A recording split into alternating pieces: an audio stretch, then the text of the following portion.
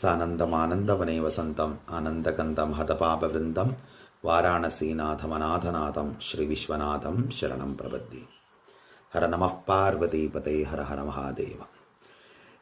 എല്ലാ ഫേസ്ബുക്ക് കൂട്ടായ്മ അംഗങ്ങൾക്കും ആത്മപ്രണാമം.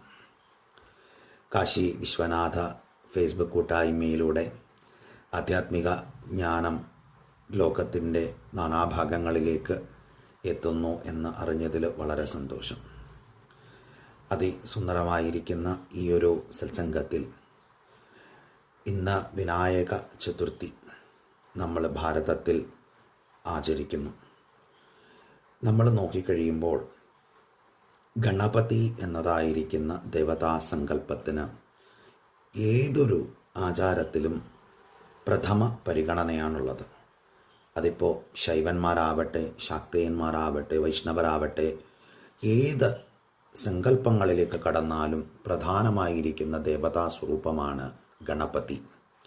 നമ്മൾ ആദ്യാക്ഷരം കുറിക്കുമ്പോൾ പോലും എഴുതുന്നുണ്ട് ഓം ഹരിശ്രീ ഗണപതായേ നമ.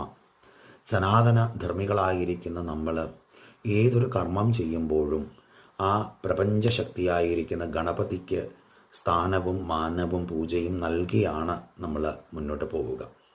ഒരു കാലത്ത് കേരളത്തിൽ കർക്കിടക മാസത്തിൽ ഓരോ കുടുംബങ്ങളിലും ഗണപതി ഹോമവും ഭഗവതി സേവയും ഒക്കെ തന്നെ നടത്തുന്ന ഒരു കീഴ്വഴക്കം നമ്മുടെ നാട്ടിലുണ്ടായിരുന്നു.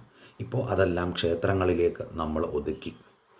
അപ്പോൾ പറഞ്ഞു വന്നത്, നമ്മൾ ഇന്ന് വിനായക ചതുർത്ഥി ദിവസം നമ്മൾ മുന്നോട്ട് പോകുമ്പോൾ ചിന്തിക്കേണ്ട ഒരു വിഷയം, ആരാണ് ഗണപതി?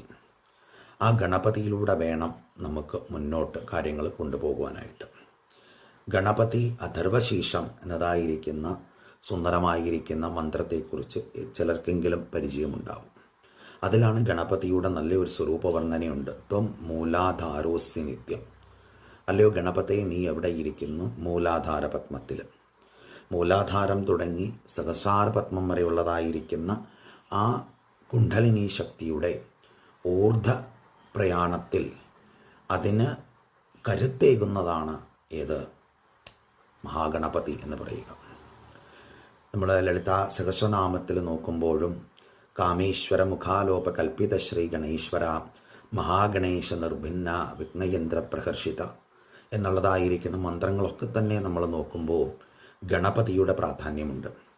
നമ്മുടെ ദേശീയ പ്രസ്ഥാനങ്ങൾ, സ്വാതന്ത്ര്യ സമരവുമായി ബന്ധപ്പെട്ടിട്ടുള്ള സംവിധാനങ്ങളൊക്കെ തന്നെ നോക്കുമ്പോഴും നമുക്ക് കാണാം ബാലഗംഗാധര തിലകനെ പോലെയുള്ള ശ്രേഷ്ഠമതികളായ ഭാരതത്തിൻ്റെ